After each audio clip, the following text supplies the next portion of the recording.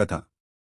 కేరళలోని అలప్పుజలో జాన్ డిసిల్వా, వరుణ్ ధావన్, తన కూతురు ఖుషీ, జారా జాన్నా తో సంతోషంగా జీవిస్తుంటాడు.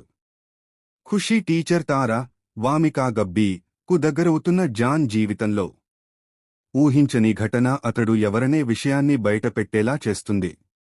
ముంబైకు చెందిన డిసిపి సత్యవర్మ తాన చనిపోయినట్లుగా అందరినీ నమ్మించి ఇప్పుడు జాన్గా మారాడని తార కనిపెడుతుంది. అసలు సత్యవర్మ తాను చనిపోయినట్లు ఎందుకు చిత్రీకరించాడు? అతడు దేనికి దూరంగా పరిగెడుతున్నాడు? నానాజీ ఎవరు? అతడితో జాన్ వైరం వెనక ఉన్న కథ ఏమిటి అనేది తెలియాలంటే సినిమాను వెండితెరపై చూడాల్సిందే. Plus points: Varun Dhawan powerful police ఆఫీసర్గా, ఓ తండ్రిగా మంచి నటనను కనబరిచాడు. అతడి లుక్స్, ఫిజిక్ తన పాత్రకు తగ్గట్టుగా సెట్ అయ్యాయి. చాలా సీన్స్లో అతడు సాలిడ్ పర్ఫార్మెన్స్ను అందించాడు. వామికా గబ్బీ ప్రేక్షకులను సర్ప్రైజ్ చేసింది. తేరీ మూవీలోని అమీ జాక్సన్ పాత్రలో వామికా కనిపించింది.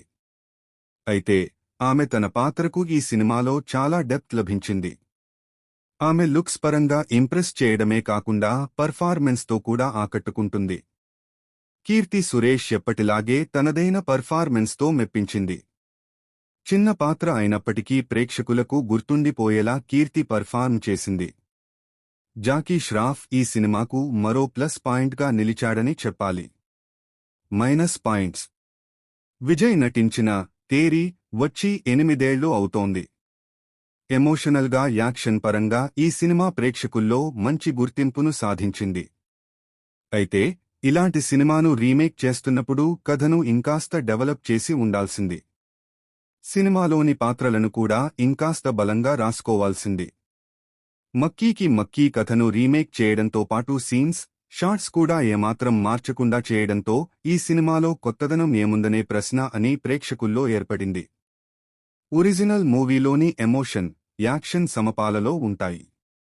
అయితే ఈ సినిమాలోనూ అవి కనిపించినా సరైన సమయంలో క్లిక్ కాలేదని చెప్పాలి.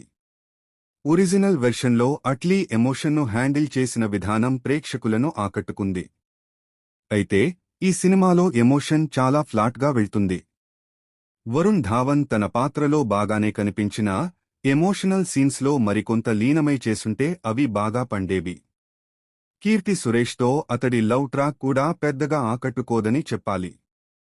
జాకీ ష్రాఫ్ పాత్ర తొలుత స్ట్రాంగ్గా కనిపించినప్పటికీ కథ సాగుతున్న కొద్దీ అది డల్గా మారిపోతుంది.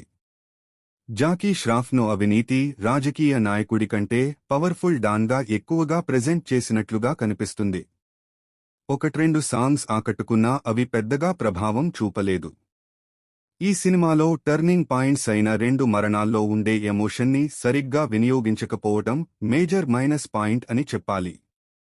ఒరిజినల్ సినిమాలో ఈ 2 సీన్స్ను అట్లీ తెరకెక్కించిన తీరు, జీవి ప్రకాష్ సంగీతంతో నెక్స్ట్ లెవెల్లో చూపెట్టారు. కాని ఇందులో అవి 2 మిస్ అయ్యాయి.